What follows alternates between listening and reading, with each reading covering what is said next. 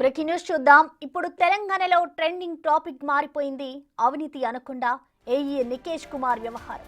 అతని బంధువులు బినామీలకు చెందిన 7 లాకర్లను రేపు తెరవనున్నారు ఏసీబీ అధికారులు.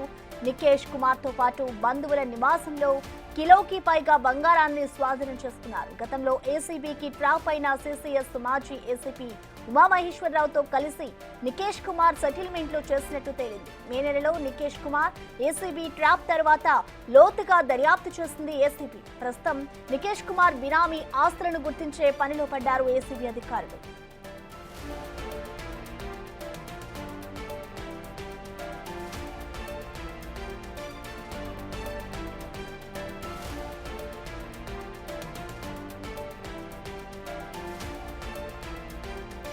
ఇరిగేషన్ ఏఈ నికేష్ కేసులో సంచలన విషయాలు వెలుగులోకి వస్తున్నాయి. ఇది ఏసీబీ చరిత్రలోనే రెండో అతిపెద్ద ఆపరేషన్ అని అధికారులు చెబుతున్నారు.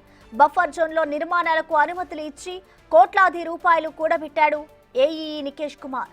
అతని ఆస్తుల మార్కెట్ విలువ 200 కోట్లకు పైగా ఉంటుందని అంచనా వేస్తున్నారు.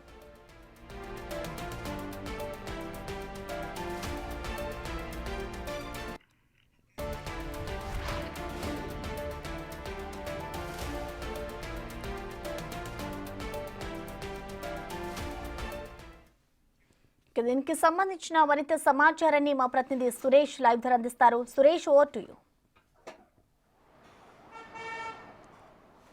నికేష్ కుమార్కి సంబంధించిన ఏసీబీ విచారణలో సంచలన విషయాలు బయటకు వస్తున్నాయి. ఆయన గత ట్రాప్ అయినటువంటి ఏసీపీ ఉమామహేశ్వరరావుకు సంబంధించి కలిసి ఇద్దరు సెటిల్మెంట్లు చేసినట్టు కూడా ఏసీబీ అధికారులకి ఫిర్యాదులు అందాయి. దాంట్లో విచారణలో వెల్లడైనట్టు తెలుస్తుంది. అంతేకాకుండా ఈయన ఏఈగా పనిచేసినటువంటి నార్సింగు, అదేవిధంగా గండిపేటు, కోకాపేటు ఇలాంటి ఏరియాలో అనేక ఐరీజ్ అపార్ట్మెంట్స్కి అనుమతులు ఇచ్చాడు. నిబంధనలకు విరుద్ధంగా ఎన్ఓసీలు జారీ చేయడం జరిగింది.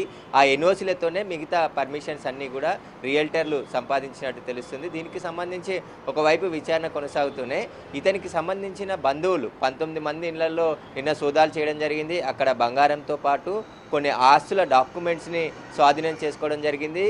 ఆ డాక్యుమెంట్స్ ఎప్పుడు రిజిస్ట్రేషన్ అయ్యాయి, ఎప్పుడు నికేష్ కుమార్ కొనుగోలు చేశాడు, వారి పేరు మీద ఎప్పుడు కొనుగోలు చేశారు, వారు ఒకవేళ తమే అని చెప్తే వాళ్ళకి ఆదాయం ఎక్కడి నుండి వచ్చింది, ఇన్ని కోట్ల ఆస్తులు ఎక్కడి నుండి కొనుగోలు చేశారనే దానిపైన పూర్తి దర్యాప్తు ఏసీబీ అధికారులు ప్రారంభించడం జరిగింది. ఇప్పటికే కళ్ళు చెదిరిపోయేలాగా ఆయన ఆస్తులు కూడబెట్టడం జరిగింది. నికేష్ ఒక్కడే ఉన్నాడా? నికేష్కి ఇంత పెద్ద ఎత్తున సహకారం అందించిన అధికారులు ఎవరు? ఆ అధికారులకు ఆదేశాలు ఇచ్చిన రాజకీయ నాయకులు ఎవరు? ఎవరికైనా బినామీగా నికేష్ ఉన్నాడనే దానిపైన కూడా కోణంలో పోలీసులు దర్యాప్తు చేస్తున్నారు ఏసీబీ అధికారులు. ఈ నికేష్కి సంబంధించి అనేక మంది బినామీలుగా ఉన్నారు. నేరుగా ఆయన అకౌంట్లో కోట్ల రూపాయలు ట్రాన్సాక్షన్ చేసినట్టు ఏసీబీ అధికారులు గుర్తించారు. ఇప్పటికే ఆ కోట్ల రూపాయలు ఎవరి అకౌంట్లకు ట్రాన్స్ఫర్ చేశారు, ఈయనకు ఎక్కడి నుండి డబ్బులు వచ్చాయి, ఎవరి ఆదేశాల మేరకు ఎవరెవరి అకౌంట్లకు ట్రాన్స్ఫర్ చేశాడనే దానిపైన కూడా ఏసీబీ లోతైన దర్యాప్తు చేస్తుంది. అదేవిధంగా ఆయనకు సంబంధించిన బినామీలు, బంధువుల ఇళ్లలో కొన్ని బ్యాంక్ లాకర్లను గుర్తించారు. ఈరోజు ఆదివారం కావడంతో రేపు సోమవారం రోజు ఆయన బ్యాంక్ లాకర్లు అన్నిటిని కూడా వారి బంధువుల లాకర్లు తెరిస్తే అందులో మరిన్ని డాక్యుమెంట్స్, బంగారం, నగదు ఏమైనా బయటపడుతుందని చెప్పేసి కూడా ఏసీబీ అధికారులు అనుమానం వ్యక్తం చేస్తున్నారు. ఇప్పటికే నిన్న క్షుణ్ణంగా నికేష్ కుమార్ ఇంట్లో ఉదయం 6 గంటల నుంచి రాత్రి 11 గంటల వరకు ఏసీబీ అధికారులు తనిఖీ చేశారు. అక్కడే చాలా విలువైన డాక్యుమెంట్లు లభ్యమయ్యాయి. ఇక బినామీల పేర్లలో ఉన్న ఆస్తులను కూడా విలువ కట్టే పనిలో ఏసీబీ అధికారులు ఉన్నారు. ఆ రిజిస్ట్రేషన్ అయిన డేటు, ఎప్పుడు రిజిస్ట్రేషన్ అయింది, గత 5 ఏళ్ల నుంచి ఎన్ని రిజిస్ట్రేషన్ డాక్యుమెంట్స్ నికేష్ కుమార్ బినామీల పేరు మీద చేయించాడనే దానిపైన ఏసీబీ అధికారులు ఆరా తీస్తున్నారు. ఇక స్టాంప్స్ అండ్ రిజిస్టర్ దానికి కూడా లేఖ రాసి పూర్తి వివరాలు రప్పించే ప్రయత్నం ఏసీబీ అధికారులు చేస్తున్నారు. ఇప్పటికే ఆయనకు సంబంధించిన పూర్తి ఇన్వెస్టిగేషన్ చేసిన తర్వాతే నిన్న అకస్మాత్తుగా 20 చోట్ల దాడులు చేయడం జరిగింది ఆయన నివాసంతో పాటు.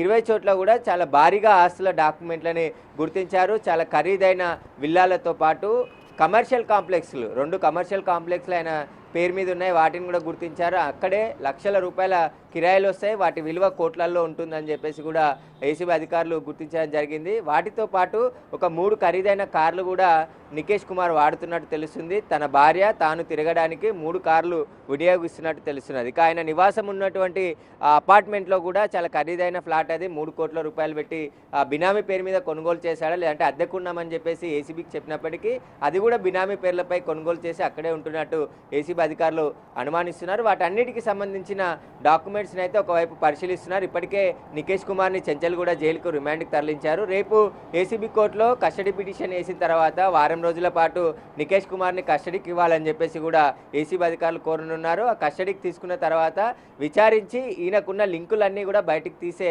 అవకాశం కనబడుతుంది. ఆ విచారణలో మరిన్ని ఆస్తులు బయటపడే అవకాశం ఉంది. ఈయనతో పనిచేసిన అధికారుల లింకులు కూడా బయటికి వచ్చే అవకాశాలు కనబడుతున్నాయి. ఎందుకంటే ఇరిగేషన్ అనేది చాలా కీలకమైన శాఖ. అందులో ఎన్ఓసి ఇస్తేనే ఈ అపార్ట్మెంట్లు కావచ్చు, విల్లాస్ కావచ్చు, రియల్ ఎస్టేట్ సంస్థలకి పర్మిషన్లు వస్తాయి. దాన్ని తానికి ఆదాయ వనరుగా మార్చుకున్న నికేష్ కుమారు ఎక్కడైనా మినిమం 5 లక్షల నుంచి 50 లక్షల వరకు లంచాలు తీసుకున్నట్టు ఏసీబీ అధికారులు ఇప్పటికే గుర్తించడం జరిగింది. కొన్ని చోట్ల ఆస్తుల రూపంలోనే లంచాలు తీసుకున్నాడు నేరుగా. కొన్ని బడా రియల్ ఎస్టేట్ కంపెనీల్లో పెట్టుబడులు కూడా పెట్టినట్టు గుర్తించడం జరిగింది. దాదాపు ఇప్పటి వరకు ఏసీబీ అంచనా ప్రకారం 200 కోట్లు మార్కెట్ వాల్యూ, కానీ అంతకు మించి ఆస్తులు విలువ పెరిగే అవకాశం కనబడుతుంది విచారణలో.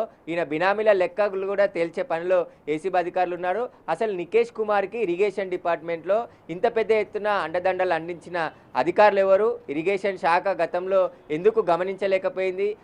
అనేక ఫిర్యాదులు నికేష్ కుమార్పై వచ్చినప్పటికీ కూడా దాచిపెట్టింది ఎవరు? గత ప్రభుత్వం ఎందుకు చర్యలు తీసుకోలేదు? అప్పటికే బాధితులు పెద్ద సంఖ్యలో ఆయనపై ఫిర్యాదులు చేసినా, ఇరిగేషన్లో కావచ్చు, ఇటు గవర్నమెంట్కి ఫిర్యాదులు చేసినా ఎందుకు పట్టించుకోలేకపోయారు?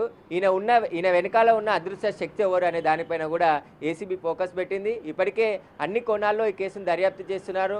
శోభాలకృష్ణకు సంబంధించి విచారణ తర్వాత ఏసీబీ కేసులో అతిపెద్ద తిమింగలంగా నికేష్ కుమార్ని ఏసీబీ అధికారులు గుర్తించారు. ఇప్పటికే ఆయన ఆస్తులు ప్రభుత్వం డాక్యుమెంట్ వాల్యూ ప్రకారమే 17,73,00,000 నిన్న సాయంత్రం వరకు గుర్తించారు. కానీ ఇంకా కొత్తగా పట్టుబడ్డ డాక్యుమెంట్స్కి సంబంధించిన విలువ కట్టే ప్రయత్నంలో ఏసీబీ అధికారులు ఉన్నారు.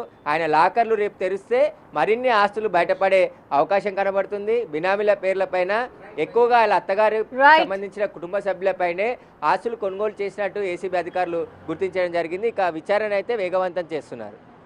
Thank you Suresh.